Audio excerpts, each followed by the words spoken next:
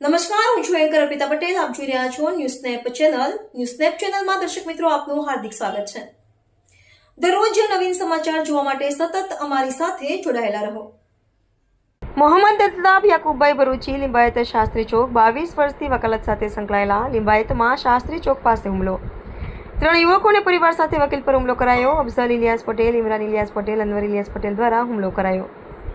વકીલ સહિત બીજા 2 લોકો પર હુમલો કરાયો. યુવાનો દ્વારા 2 થી 3 કેસમાં ફરિયાદીના વકીલ પર હુમલો કરાયો. હુમલો થતાં વકીલ જગતમાં રોષ. વકીલોની સુરક્ષા પર સવાલો ઉઠ્યા. ગુજરાત બાર એસોસિએશનના જકી શેખ દ્વારા સખ્ત કાર્યવાહી કરવાની માંગ કરાઈ. રિપોર્ટર નૈતિક રેશમવાળા, સુરત. શું ઘટના બની? ઘટના એવું છે સાહેબ કે હમણાં 2 દિવસ પહેલાં જે વરસાદ પડતો ને સવારના વરસાદમાં અમારી સામેવાળાનું ઘર છે ને એની ટેલરી તૂટી રહી, ઉપરથી ટેલરી પડી રહી. બરાબર છે. અડધી ટેલરી બાકી હતી. તો આજે રવિવારે એ લોકો મજૂર લાવીને બીજી ટેલરી, અધૂરી ટેલરી તો ભાઈ પડી ના જાય એટલે એ લોકો એમના સ્વચ્છ મજૂર લાવીને પાડી રહેલા હતા. તો અમારા ભાઈની ગાડી ત્યાં ઊભેલી હતી નીચે. તો એ લોકો મજૂરે એવું કીધું, ભાઈ ગાડી હટાવી લો, બાકી ગાડી પર બધું પડશે તો અમારી ગાડીને નુકસાન થશે. હવે અમારા મોહલ્લામાં રોડ રસ્તા અને સીમારાની જગ્યા છે. તો અલ્તાફે ત્યાં ગાડી મૂકી, સીમારાની જગ્યામાં, રોડ રસ્તાની જગ્યા સાહેબ, ત્યાં ગાડી મૂકી અને અલ્તાફ એની ઓફિસનું કામ ચાલુ છે એ ત્યાં જતો રહ્યો અને હું મારા કામથી સિટીમાં ગયો સાહેબ. તો લગભગ કલા દોઢલા પછી મેં આવ્યો તો આ લોકો 3 ભાઈ, એમની 3 મિસીસ, એમનું આખું ઘર, મારી મમ્મી 70 વર્ષ ઉપરના છે અને મારા નાબાલિગ બાળકો છે. એમની સાથે એ લોકો ઝઘડો કરતા હતા, મારામારી કરતા હતા મારી મમ્મીને એ લોકોની સાથે સાહેબ. શું નામ છે એ લોકો? મારી મમ્મી, એમનું નામ અફઝલ એટુજેટનો ઓળખે છે, અફઝલ એટુજેટ. અને બીજો છે અનવર એટુજેટ અને ત્રીજો છે ઇમરાન એટુજેટ. આ શાના વડે મારી તમને? અનવર, મેં જેવો આવ્યો ને સાહેબ, મારી મમ્મી હાથે એટલો ઝઘડો થયો એટલે મેં ઉતાર્યો ગાડી પાછી.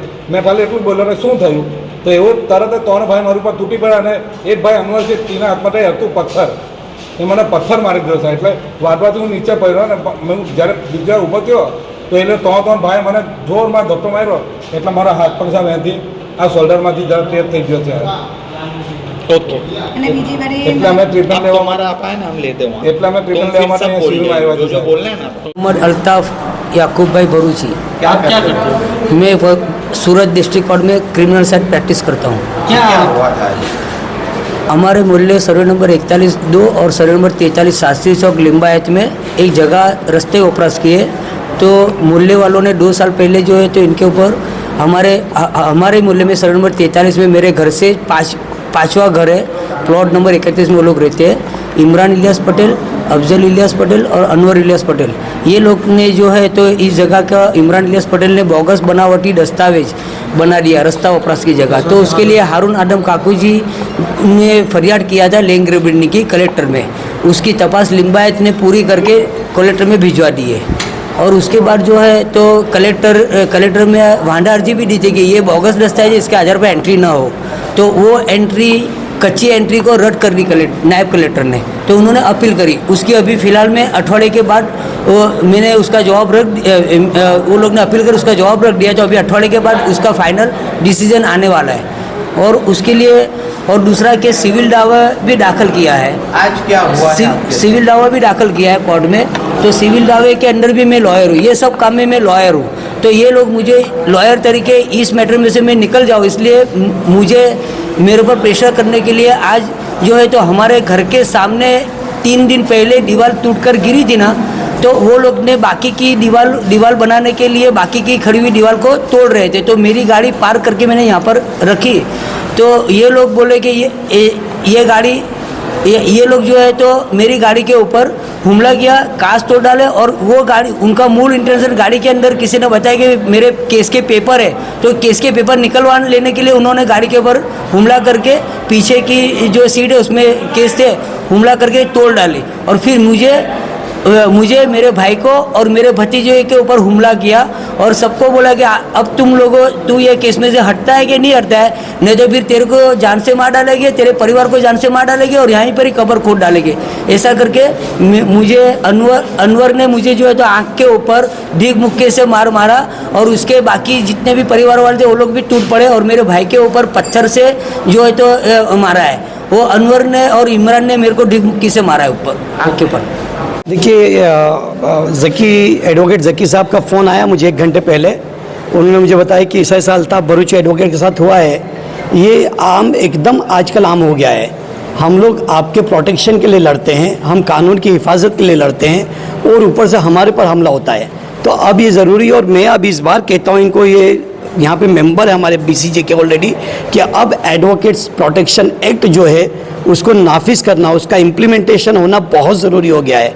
नहीं तो इस तरह से जिस तरह से सफ़ेद कोट वालों का प्रोटेक्शन हुआ है, डॉक्टर साहब का प्रोटेक्शन हुआ है, उसी तरह से एक जो कानून की रक्षा करने वाला व्यक्ति है, जो कोर्ट का ऑफिसर माना जाता है, जो कानून के लिए आपके हर वक्त आपके लिए खड़ा रहता है, उसकी अगर हिफाजत नहीं होगी तो वो किस तरह से आपकी प्रोटेक्शन करेगा। आप इनसे भी जाने ये बात को कि जकी साहब आप बताएं कि आप इसके मामले में हमारी बात आगे BCG तक भी पहुंचा और आगे बार काउंसिल ऑफ इंडिया तक भी पहुंचा ये बात को। જી આપણું નામ આજે શું ઘટના બની? મારું નામ એડવોકેટ ઝકી શેખ છે, member bar council of Gujarat.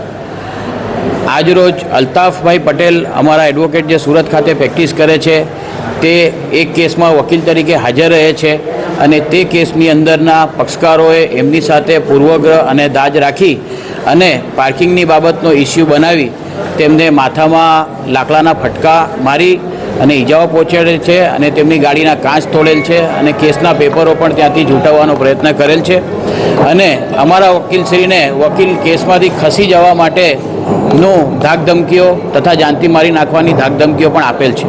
એ બાબતેની અમને જાણ થતાં અમે તાત્કાલિક એમને સિવિલ હોસ્પિટલે સારવાર માટે અલ્તાફભાઈ હતા ત્યારે અમે હાજર થયેલા છે અને ચોક્કસપણે કોઈ કેસમાં વકીલ તરીકે હાજર એવું હોય અને એની અંદર સામા પક્ષકારો કે કોઈ પણ પક્ષકાર તેની ઉપર હુમલો કરે તો તેવી સ્થિતિ આજે ગુજરાત રાજ્યમાં વધુને વધુ બની રહી છે અને એના કારણે એડવોકેટ પ્રોટેક્શન એક્ટ લાગુ કરવો જરૂરી છે। એના માટે અમે પ્રયત્નશીલ છે અને આ ગુનામાં નિષ્પક્ષ તપાસ થવી જોઈએ અને જે લોકોએ માર મારેલ છે તેઓની સામે કડકમાં કડક સજા થાય તેવી અમારી તમામ વકીલોની ગુજરાતના વકીલોની માંગણી છે।